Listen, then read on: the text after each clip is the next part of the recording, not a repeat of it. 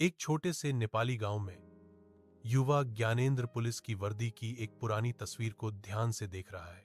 उसके युवा चेहरे पर एक दृढ़ संकल्प अंकित हो जाता है, स्वयं से एक मौन वादा। अचानक उसके पिता राम छत्री प्रवेश करते हैं।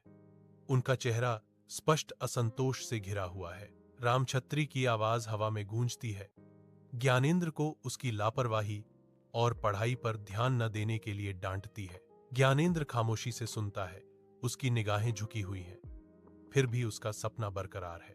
उसकी आंखों में एक पुलिस अधिकारी बनने का अटूट सपना अभी भी चमक रहा है।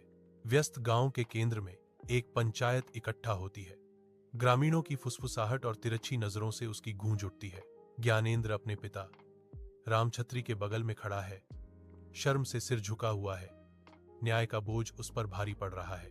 रामछत्री गुस्से से चेहरा बिगाड़कर सार्वजनिक रूप से ज्ञानेंद्र को शर्मसार करती है। तुम एक कलंक हो, पुलिस भर्ती में असफल रहे, हमेशा अपनी बिगड़ी हुई आदतों से शर्मिंदगी लाते हो। ज्ञानेंद्र की आंखों में आंसू भर आते हैं। अपने पिता के कठोर शब्दों और ग्रामीणों की मौन निंदा से उसकी आत्मा स्पष्ट रूप से टूट जाती है। जैसे ही शाम ढलती है, ज्ञानेंद्र अपनी साधारण वर्दी में शांतिपूर्ण लगन की तस्वीर पेश करते हुए गांव की सड़क पर गश्त लगाता है।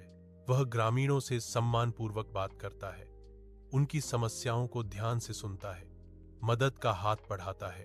वही ग्रामीण जिन्होंने कभी उसे तिरस्कृत किया था, अब गर्मजोशी भरी मुस्कान और सम्मान के साथ उसका अभिवादन करते हैं। ज्ञानेंद्र के चेहरे पर एक गहरी संतुष्टि है, जो सीखे गए पाठों और एक नई पहचान का प्रमाण है।